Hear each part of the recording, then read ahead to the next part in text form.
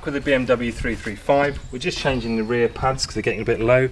I've just done the other side. You can see, not horrific, but they are low. These obviously how much meat you get on a new set of pads, so they've gone past the wear markers anyway. Time to do them. And then all you really need to do this job is obviously a jack, an axle stand, and then just some basic tools. You've got a brake winder tool, so I've just got a pad on it there, a large flathead screwdriver, that's for the locking wheel nut, adjustable spanner, 7mm Allen and a ratchet, and pretty much a little pry bar. I think that's all I used apart from some silicone. So just simple hand tools. I'll show you the whole process. It's nice and easy. So first of all, just jack the car up, have it supporting an axle stand, and take the wheel off. It's important to say that you need to chock the wheels.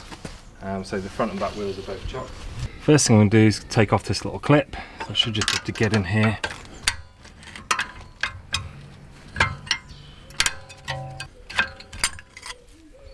There's the clip out. Put the handbrake down. Then we need to take off these little poppers. So there's one here. There's one. And a lower one, which you probably won't be able to see too well. That one as well. And then you just get your 7mm Allen on a ratchet and then come in here and just shock it off. The lower one's here and the upper one's here. Next thing to do is remove the caliper. Just use this little jimmy bar. Okay, that's it. I've got a bungee cord here. I'll just probably loop around here, and that's just to make sure that it can't just drop to the floor and put a load of stress. So I'll just loop into here or something like that.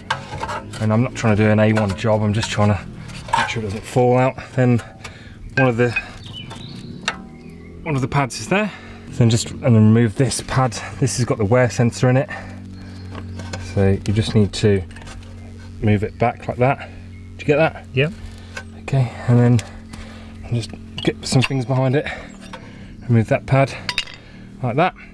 And then we just need to wind the caliper back in. And that's what we've got, this winding tool. And I'll just set this whole thing up and then show you. So this is the setup here. I've just got this brake winder tool. There's actually no need for any location pins or anything like that. You can just basically just wind this whole caliper back. And one thing I like to do is get some rag and just wipe the seal off like that. Get the silicone spray and just whack it on the actual seal itself, and I'll wipe off any excess. But that's just a nice thing to do to the seal, kind of rejuvenates it. And also you've got these rubber seals here, here. So I'll wipe off the excess, but it's just a nice thing to do to the rubber seals. Just winding the caliper back there like that. So I'm still winding away, and basically when you can't wind anymore, there, then you stop and then you go backwards. You take out the tool, and then if you have a look here, do you see there's no indents or anything, so it's not like a sided caliper. You're just basically just winding this back. And the reason why it's not a sided caliper is because the handbrake mechanism is actually done inside of the bell of the rotor, so it's like got an internal drum. So this is just operates like just a normal brake caliper. So obviously two brake pads, one that's got this little spike on it like that. So just placing this brake pad in here, you can see the spikes go in the middle here. Just line them up, just like that. And don't forget to place this little wear sensor that just pops in there. And then we've got the other pad that's just simply coming in there like that. And because we've wound it all back, we should just be able to nicely place this whole thing back in. But make sure these caliper bolts are just pushed back a bit so they don't get in your way. And you should just be able to place the whole thing back on like that, and then pop these two 7mm Allens in place, and then wind them in with the 7mm Allen. Just wind the top one in here, and then the bottom one. So I nearly made a mistake on the old pad. So here, this thing was left behind, and this is the thing, this is where this sensor just slots in. So you need to make sure that this sensor retains this little spring. So I'll just place that back on it. And in fact, I might just clean that up because that needs contact. So as soon as it senses it, then it will mean that you've got a problem with your pad. So I'll just probably clean that up. So I'm just wiping this. This is for the low level brake sensor. It had a load of stuff on it. But just make sure you don't inadvertently lose that on the pad like I almost did. So they just come in here, and then I'll probably clean this off as well, because this is what the electrical connection will be relying on. So, right.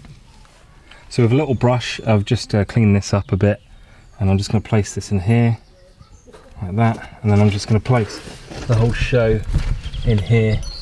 Oh, see, it's a little bit loose. I'll probably bend it a bit, just so it stays. That's better. And then just place it in here.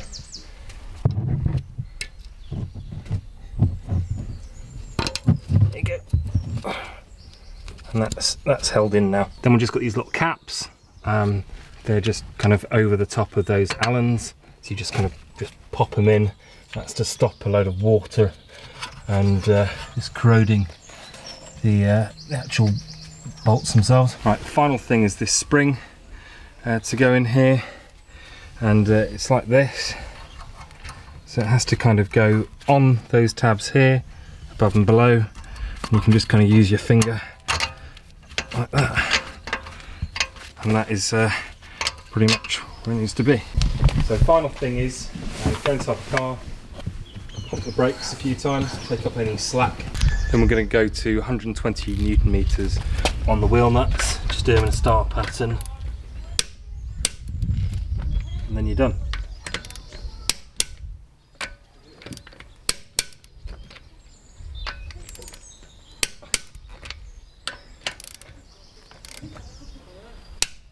That's basically in a nutshell how to change your rear pads on a E92 BMW. I think they're all pretty much the same. And then if you want, you can like and subscribe to the channel, and you'll see more content on this car and other cars in the series.